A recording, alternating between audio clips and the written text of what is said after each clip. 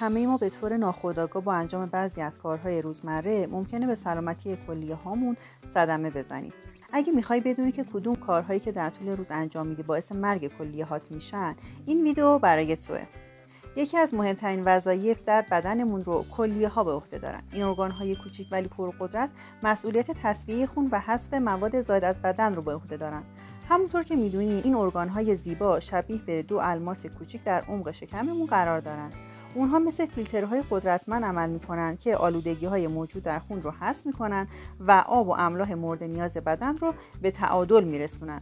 تو این ویدیو میخوایم درباره کارهای روزمره‌ای صحبت کنیم که اگه به درستی انجام نشه ممکنه برای سلامت کلیه ها خطرناک باشن. مورد آخر از همه مهمتره. بریم تا با هم بررسیشون کنیم. اولین مورد مصرف زیاد نمکه. مصرف بیش از حد نمک میتونه فشار خون رو بالا ببره و به آسیب کلیه ها منجر بشه. سعی کنین مصرف نمک رو کم کنین و از جایگزین‌هایی مثل ادویه‌های گیاهی استفاده کنین. مورد بعدی مصرف کم مایعاته. کمبود آب در بدن میتونه منجر به تشکیل سنگ کلیه بشه و عملکرد کلیه ها رو تحت تاثیر قرار بده. مطمئن بشین که به اندازه کافی مایعاتی مثل آب رو مینوشین. مورد بعدی مصرف زیاد قهوه و نوشیدنی‌های الکلیه. اما قبل از اینکه بهش بپردازیم لطفاً این ویدیو رو لایک کنید.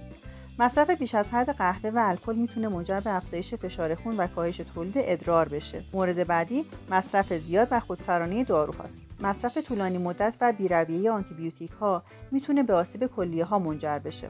مصرف داروهای ضد التهاب غیر استروئیدی مثل آسپرین یا ایبوپروفن هم باعث کاهش جریان خون به کلیه ها میشه و برای سلامت کلیه ها یه تهدید به حساب میاد. در صورت نیاز به استفاده از این داروها طبق دستور پزشک مصرف کنین و تا میشه مصرفش رو محدود کنین. سیگار کشیدن باعث میشه فشار خون افزایش پیدا کنه و جریان خون به کلیه ها رو محدود میکنه.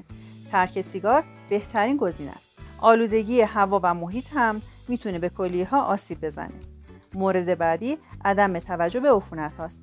عفونت های مزمن مثل عفونت های مجاری ادراری رو نادیده نگیرید و خیلی سریع برای درمانشون اقدام کنید، چون اگه به موقع عفونت ها رو درمان نکنین میتونه باعث آسیب کلیه ها بشه. مورد بعدی استرس و کم تحرکیه.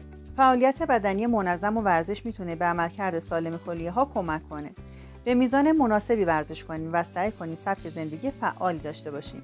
استرس هم میتونه سلامت کلیه ها رو تحت تاثیر قرار بده. روش های مدیریت استرس مثل مدیتیشن، تمرینات تنفسی و فعالیت های آرامش بخش رو در فعالیت های روزمره خودتون جا بدین.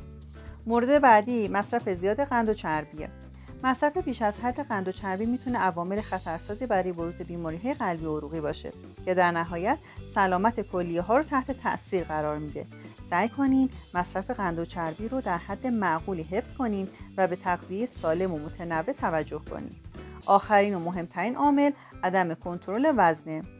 چاقی و چربی اضافه میتونن عوامل خطرساز برای بروز بیماری‌های کلیه باشن. سعی کنین وزن خودتون رو در محدوده سالم نگه دارین و در صورت نیاز به کاهش وزن راهنمایی‌های پزشک یا متخصص تغذیه رو دریافت کنین. کدوم یکی از این آیتم ها رو شما بیشتر در طول روز انجام میدادین؟